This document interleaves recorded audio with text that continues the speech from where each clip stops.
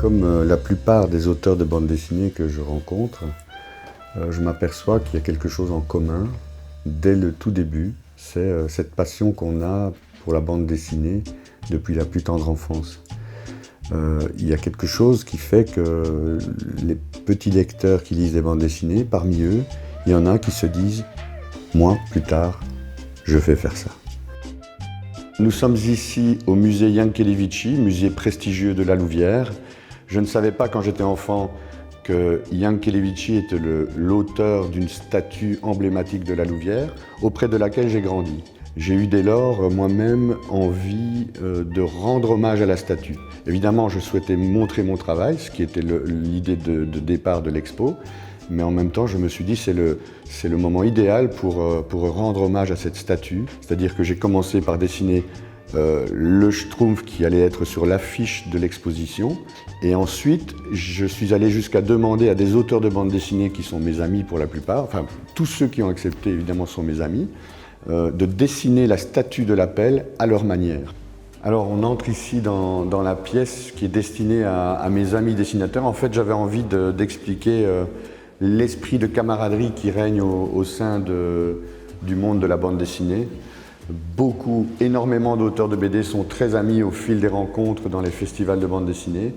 Et quand j'ai proposé à chacun d'eux de dessiner la statue, je m'attendais à ce que 4 ou 5 acceptent. Et finalement, ils ont tous accepté.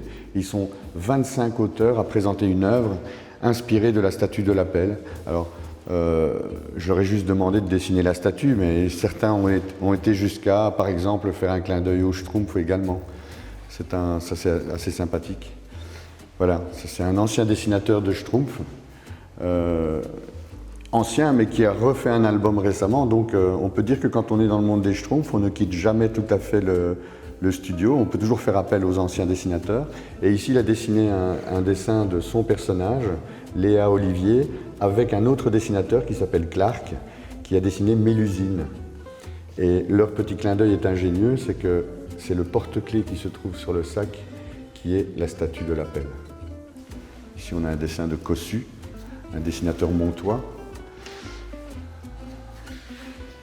Baptême, le Marsupilami, un dessinateur que je côtoie depuis très longtemps dans les festivals de bande dessinée et qui est évidemment devenu mon ami.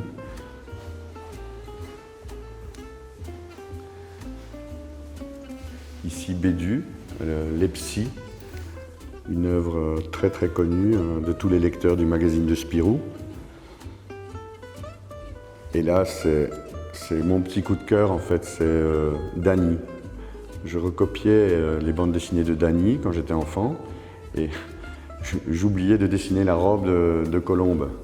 Et quand je l'ai expliqué à Dany des années plus tard, qui est devenu mon ami, je lui ai expliqué que je dessinais Colombe nue et il m'a dit tous les dessinateurs me disent la même chose.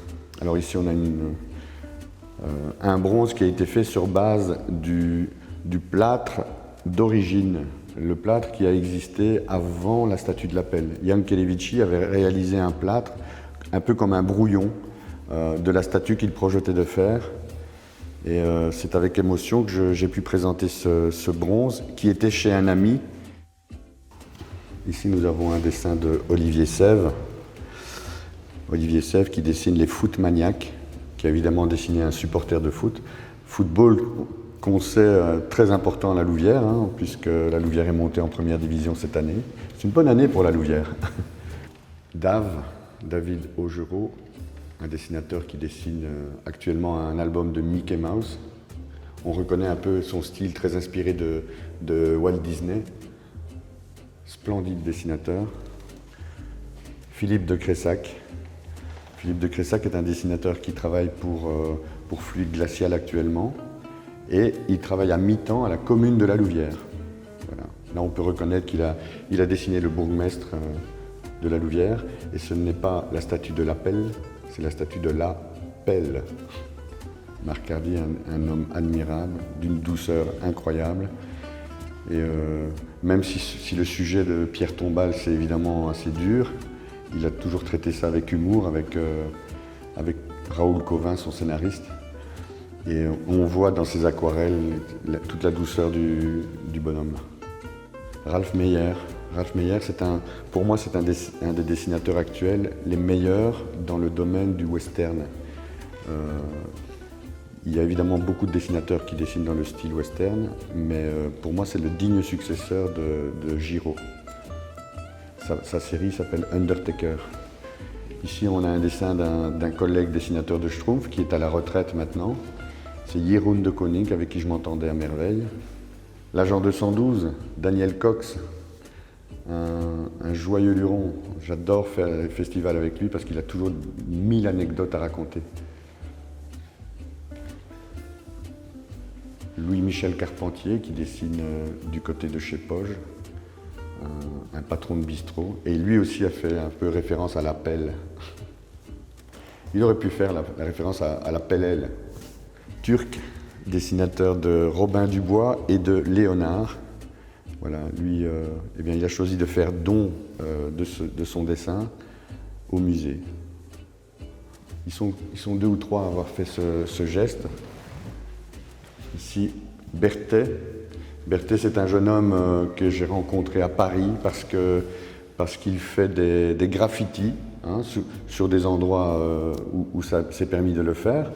Mais il a tendance dans ses graffitis, et ce depuis de nombreuses années, il a tendance à mettre des schtroumpfs.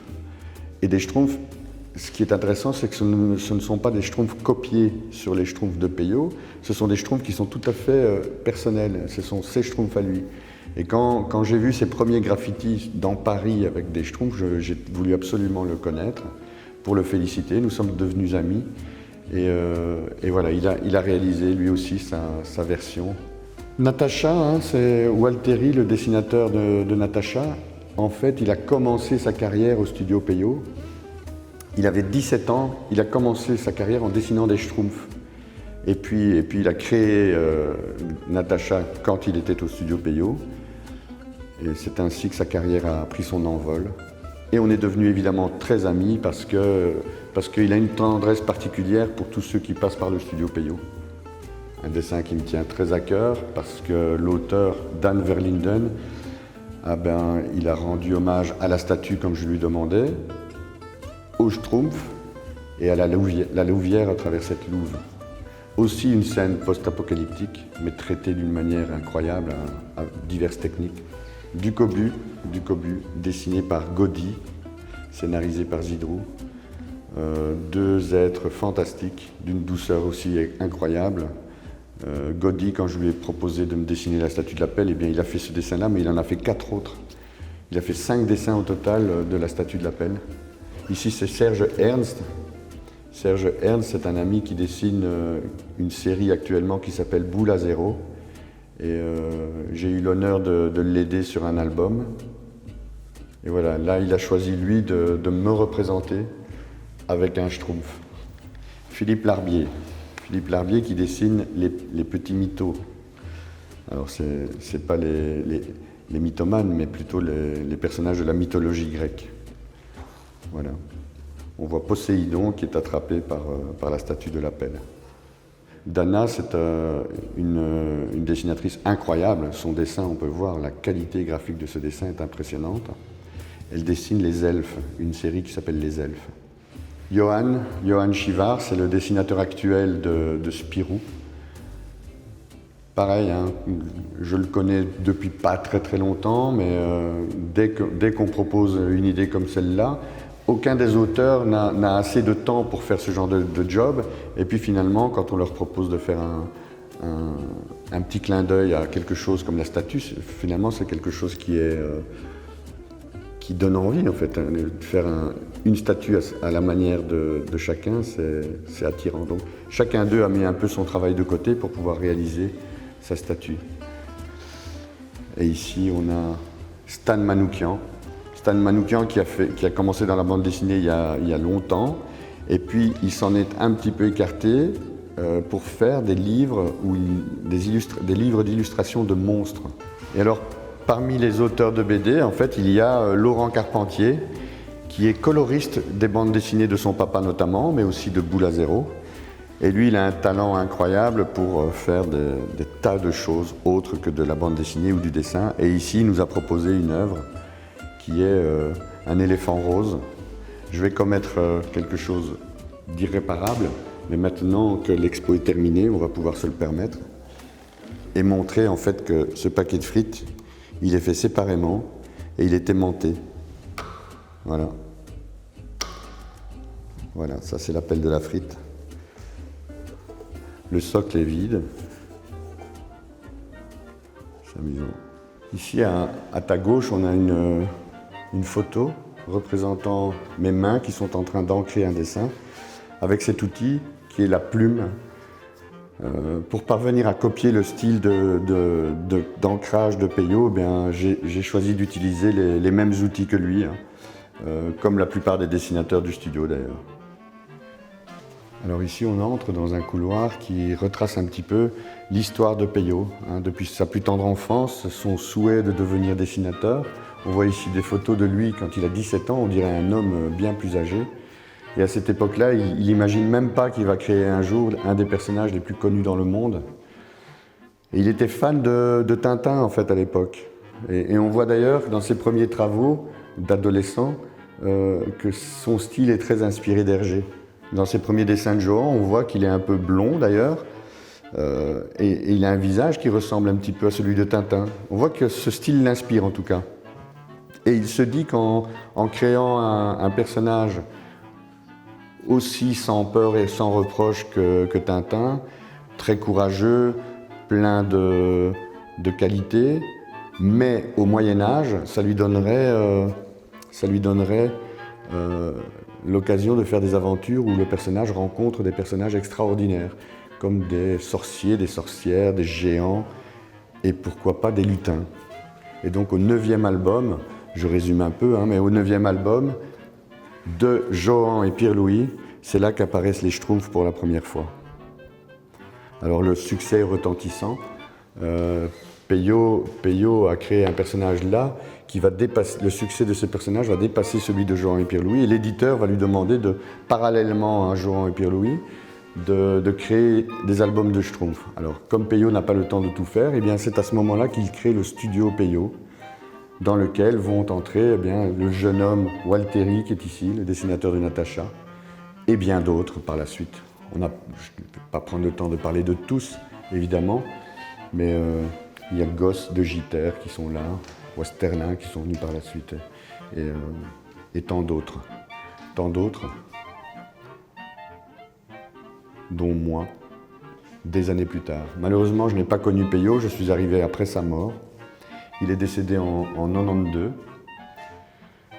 et je suis au studio Peyo depuis 99. Alors là, ici, il y a deux choses qui sont pour moi importantes. D'abord, c'est un dessin où je rends hommage à Peyo, au travers de ce dessin, que Yves Velgue, qui gère un peu la scénographie de l'expo, a eu l'idée d'afficher en très grand ce dessin, pour rappeler que ce dessin était fait pour rappeler que Peyo est effectivement le père de Jean et Pierre-Louis, de Benoît Brisefer, de Poussy, des Schtroumpfs, mais il est aussi le créateur de Gargamel. Alors c'est un petit dessin rigolo qui montre que Gargamel considère Peyo comme son papa. Voilà. Et le dessin original est ici. C'est ainsi qu'on peut montrer ce que permet la plume en fait. La plume que je vous ai montrée tout à l'heure en photo, elle permet de montrer à quel point on peut faire des traits très très fins qui deviennent plus épais en fonction de la manière dont on appuie sur la plume. Et faire tout ça sans faire de tâches, c'est ce qui peut être compliqué parfois quand on débute. Alors une autre bonne idée d'Yves, c'est d'avoir présenté toute la collection des albums de Schtroumpfs comme ceci, et de mettre tous ceux auxquels j'ai participé face à vous. Alors il y a ceux auxquels j'ai participé comme celui-ci au scénario, et puis ceux sur lesquels j'ai dessiné avec Jeroen de Koning, mon complice, et puis il y a ceux que j'ai dessinés seul. Mais j'ai toujours demandé un petit coup de main, surtout sur la fin des albums, à mes amis. On peut passer maintenant à la partie qui aurait pu être la partie la plus grande de cette expo, c'est la partie merchandising et affiche. Alors, on a ici par exemple une affiche que j'ai réalisée pour la course de coccinelle qui a lieu tous les ans à Francorchamps. Il est demandé à des auteurs de BD de faire l'affiche. Évidemment, les premières années, il y a des auteurs de BD comme Jean Graton, Michel Vaillant, etc. Mais après, on pense moins évidemment aux Schtroumpfs, par exemple. Et donc, il fallait trouver une manière de combiner le circuit de Francorchamps au village des Schtroumpfs. Et ceux qui connaissent très bien le circuit de Francorchamps, ils ont reconnu dans cette route ici la partie du circuit qu'on appelle le Raidillon. Voilà. Ensuite, il y a les affiches de festival.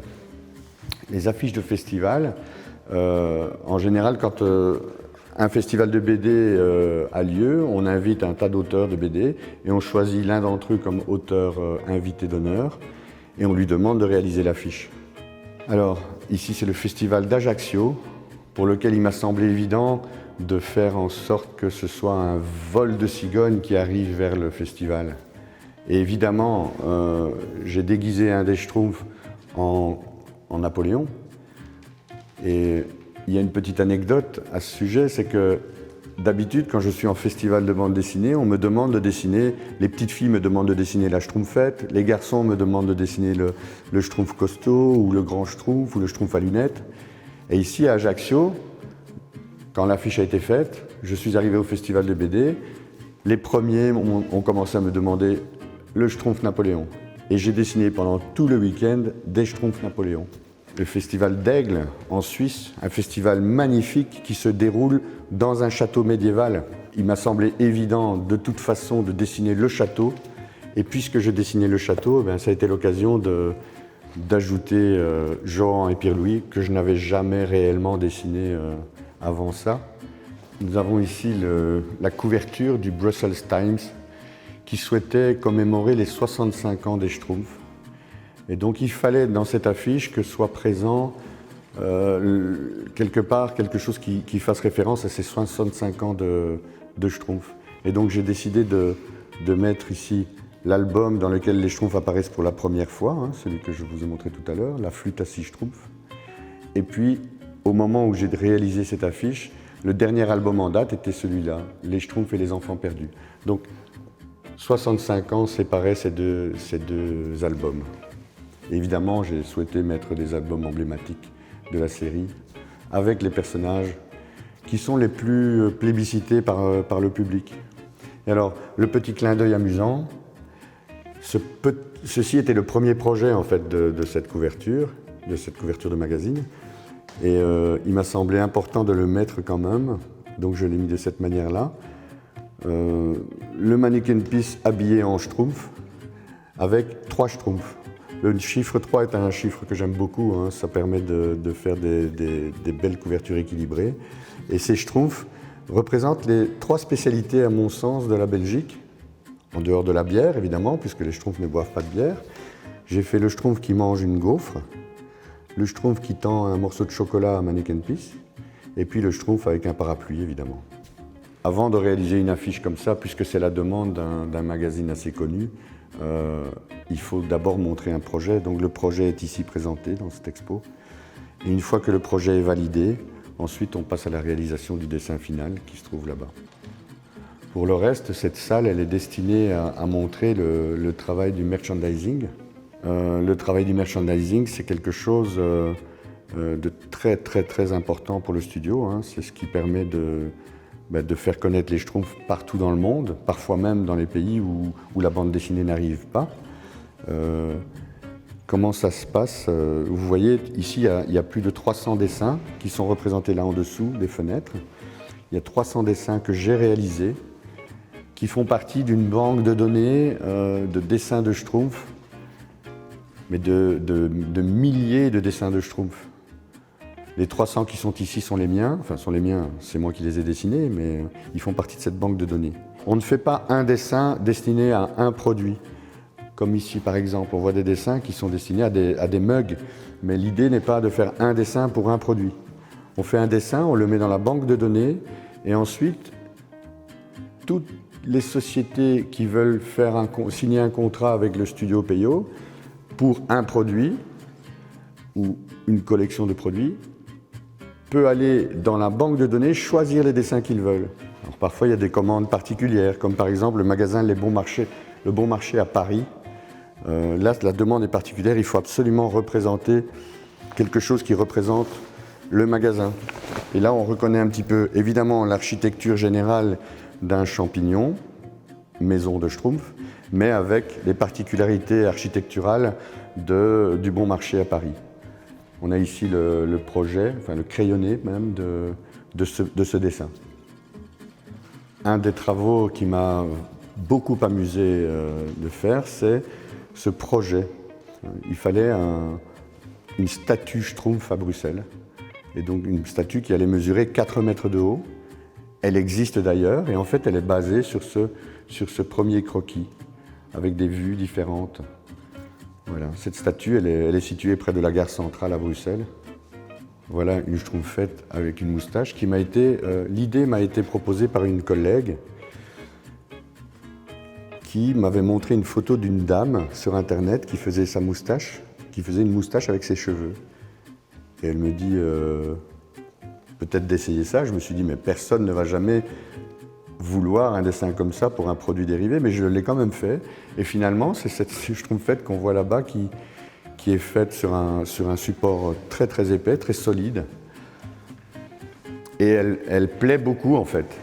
Elle plaît beaucoup, on la revoit sur des stands d'exposition dans le monde entier.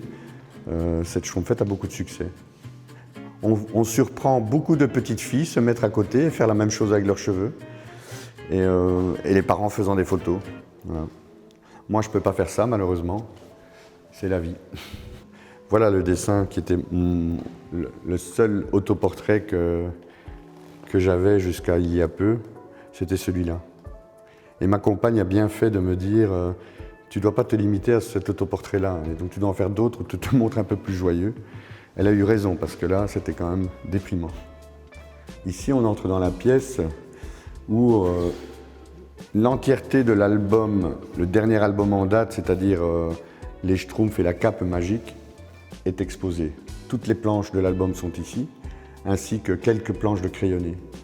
Alors, c'est l'occasion pour moi, évidemment, de montrer le travail, mais aussi de parler de mes collègues qui ont collaboré à ce travail. Par exemple, en commençant évidemment par celui qui commence tout album, c'est-à-dire le scénariste, celui qui imagine l'histoire, celui qui l'écrit page par page, case par case, en détaillant chaque fois la scène. Il s'appelle Alain Jost. Il soumet son scénario au fils de Peyo, Thierry Cullifort.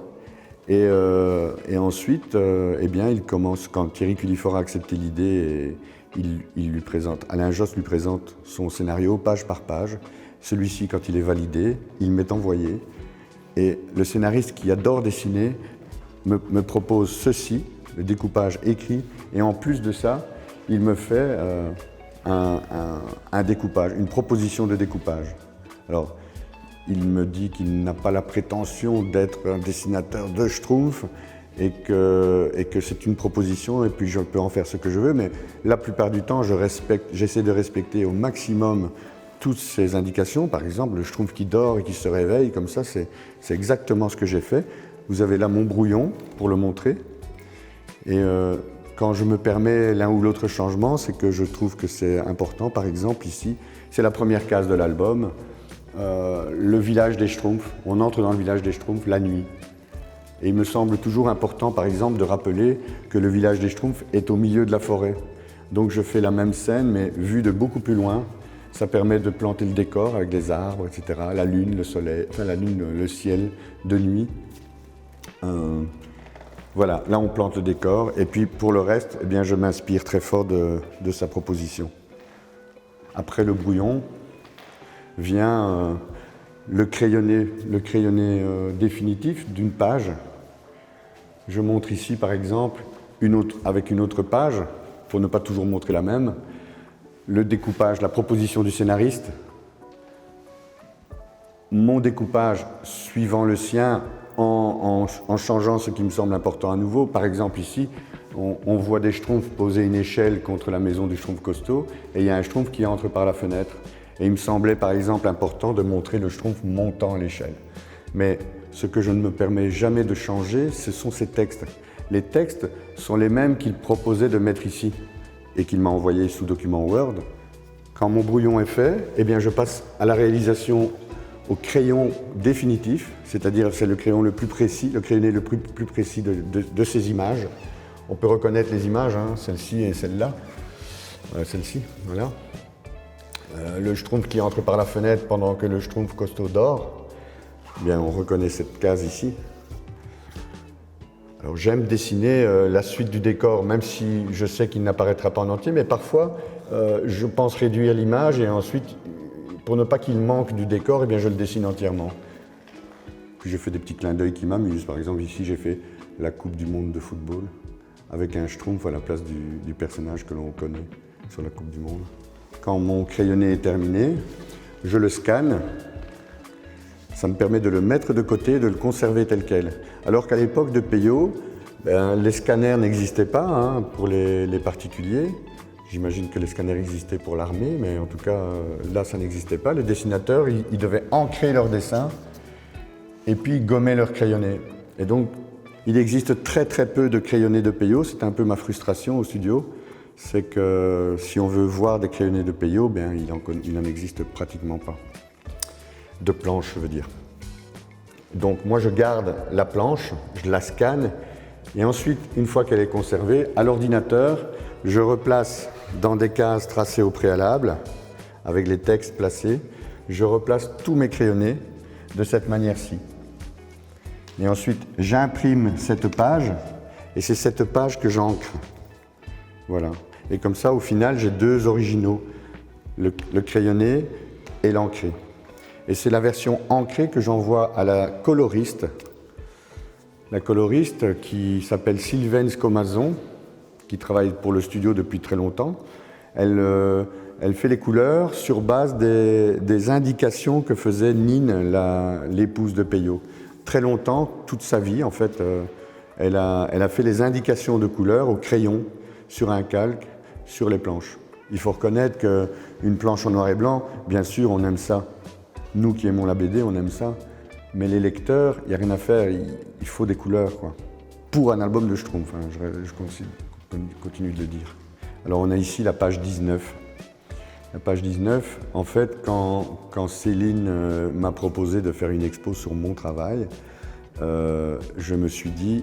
Alors évidemment, j'ai demandé à des collègues de rendre hommage à la statue de l'appel, et je me suis dit que je pouvais faire un petit peu plus. J'ai demandé au scénariste, Alain Jost, de prévoir juste une scène qui se passe chez le Schtroumpf sculpteur, puisque le Schtroumpf sculpteur existe, et ça me permettait de dessiner dans une case des statues. Eh bien, tant qu'à faire, ça m'a permis de faire des statues inspirées de celles de Yankelevitchi. C'est aussi une manière de dire Yankelevitchi, ce n'est pas que l'appel. L'appel, c'est la vue émergée de l'iceberg de Yankelevitch.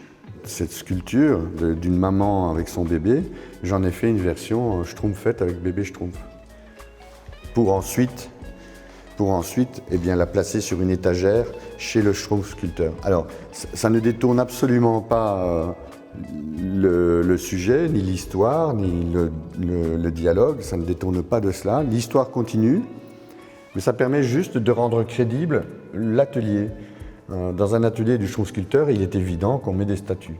Alors peu importe qui elles sont, mais nous on sait ici à la Louvière que, eh bien, on a la statue de l'appel qui est là, et puis la statue de la maman et son bébé. Et puis en bas, vous allez voir, il y a plusieurs statues, plusieurs sculptures qui sont inspirées des œuvres de Yankelevitchi. Ces deux Schtroumpfs qui parlent, l'un parle à l'oreille de l'autre. Ils semblent comploter quelque chose. Eh bien, Yankelevitch a cette statue avec des hommes. Puis il y a une petite danseuse sans visage. Vous la verrez tout à l'heure, il y a une danseuse sans visage en bas. Eh bien, j'ai fait ma version avec la Schtroumpfette. Et puis il y a une petite fille qui boude. C'est ma préférée en fait. De toutes les œuvres de Yankelevitchi, il en a réalisé des colossales, des splendides. Eh bien, ma préférée, c'est cette petite fille qui boude. qui est finalement dans cet album qui va faire le tour du monde, hein, parce qu'on peut voir ici par exemple que la version allemande existe déjà. Elle a existé pratiquement en même temps que la version française, et puis il y a la version catalane et l'espagnol qui arrivent bientôt, et puis j'espère que d'autres suivront. Voilà, on retrouve ici la fameuse case en allemand, avec le petit gag imaginé par Alain Jost qui finalement montre la statue du penseur de Rodin. Si on peut s'inspirer de Rodin, pourquoi pas de Yankelevitch? J'avais dit au musée que je demanderais à des dessinateurs de bande dessinée de dessiner la statue. Or j'ai un ami peintre à la Louvière qui n'est pas dessinateur de BD, et donc une manière pour moi de faire en sorte qu'il ait aussi son nom, Riccardo Baratucci, dans ce musée, c'était de faire une œuvre avec lui. Moi je suis le dessinateur de BD et lui est le peintre. Il a fait la peinture de fond qui est assez représentative de ce qu'il fait en général. Et le dessin des Schtroumpfs, la statue entière et le Schtroumpf, c'est moi qui les ai faits. Sur ce magnifique tableau, ça donne une matière, une texture, on a presque envie de le toucher, tellement il est beau. Riccardo, malheureusement décédé avant la fin de mon expo. Première chose à laquelle j'ai pensé quand j'ai vu la bâche avec mon Schtroumpf sur l'affiche, c'est le nom de mes parents.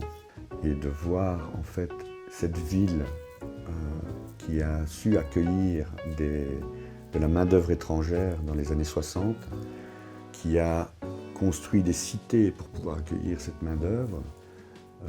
Mes parents sont venus en 1964 avec de nombreux étrangers, d'Italie, d'Espagne, du Portugal, du Maroc, etc. Et quand j'ai vu mon nom sur le fronton du musée et aussi sur le fronton de la maison communale, je me suis dit waouh, mes parents auraient été vraiment fiers de cela. Et je me dis que ça, c'était quelque chose d'important. J'ai pensé évidemment à ça. C'est la première pensée à laquelle j'ai eue. Et j'ai envie de remercier cette ville qui a permis à ma famille, mais à toutes les familles d'ouvriers, d'avoir un travail déjà et de s'en sortir avec les avancées sociales que la Belgique permet. Hein. Ce n'est pas le cas dans tous les pays. Et voilà. Un fils d'immigré a son nom sur le fronton d'un musée. C'est une belle histoire, finalement. Voilà. Bien. C'est ici que se termine l'exposition, hein, avec un dessin qui est finalement un dessin final, proposé par ma compagne. À la base, je voulais juste mettre Azraël avec le mot fin. Et puis elle m'a dit, mais souviens-toi que ce n'est pas une exposition de Schtroumpf, c'est une exposition d'un dessinateur de Schtroumpf. Et donc elle m'a dit, tu dois te dessiner disant au revoir aux gens parce qu'ils ne te verront pas toujours. C'est vrai que je suis venu quelques fois à l'expo pour dire bonjour aux personnes, pour faire des visites guidées, mais c'était ma manière à moi de dire au revoir. Voilà, à tout le monde.